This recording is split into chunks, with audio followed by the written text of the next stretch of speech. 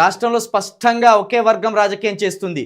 95% ఉన్న వాళ్ళు ఓట్లు వేసి అధికారం ఇచ్చి మాకు న్యాయం చేయనని అడుక్కుంటున్నారు. ఇక మీడియా సామాజిక వ్యభిచారం నిర్వహిస్తున్నది. ఉట్టి భజన ఇదే మానుకోవాలి మనం. బీఆర్ఎస్, కాంగ్రెస్, బీజేపీ ఈ 3 పార్టీలు ఓట్లు పంచుకుంటున్నాయి.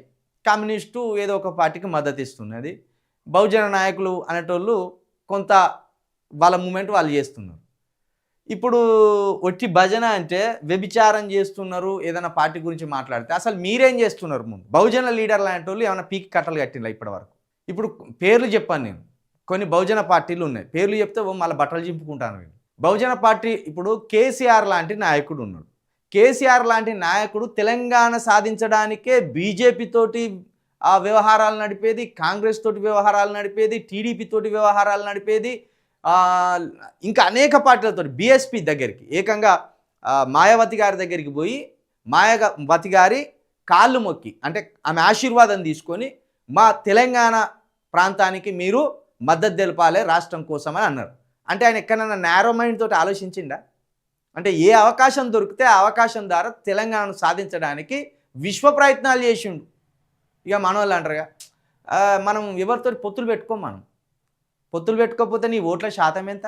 దళితులు ఎంత ఉన్నారు ఇక్కడ? దళితుల ఓట్లతోటి ఓన్లీ అధికారంలోకి వస్తారా? సరే బీసీలను ఎస్టీలను కలుపుకోవాలి. బీసీలను ఎస్టీలను కలుపుకోవాలంటే బీసీ లీడర్లతోటి ఎస్టీ లీడర్లతోటి సంప్రదింపులు జరపాలా వద్దా? ప్రజలు ఎప్పుడు రోడ్ల మీదకి రారు, నాయకులను చూసి ప్రజలు ఓట్లు వేస్తా అంటారు. మరి మీ వ్యూహాలే తప్పు ఉన్నాయి కదా, మీ అడుగులే తప్పు ఉన్నాయి కదా బహుజన లీడర్లై. అప్పుడు ఇతరులను నువ్వు వ్యభిచారం చేస్తున్నారు, ఓట్లు వేయని వాళ్ళంతా వ్యభిచారం చేస్తున్నారు అనే హక్కు ఎక్కడిది? తప్పట్లా అట్లా దురుసుగా మాట్లాడితే ఉన్న ఓట్లు కూడా విక్కపోతాయి. ఇది తప్పు.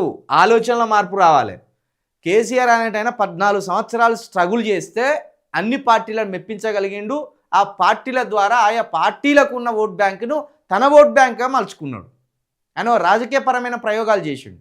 మీలాగా తిట్టుకుంటా పోలే. ఓట్లు లేకపోతే వాడిని తిట్టలే, వీడిని తిట్టలే, ఇంకోని తిట్టలే. ఇది అర్థం చేసుకోవాలి మనం.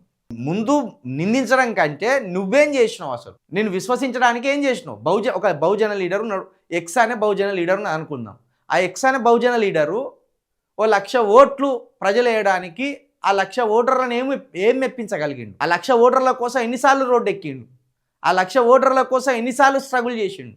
ఏం చేస్తలేరు నేను చూసిన కాడికైతే.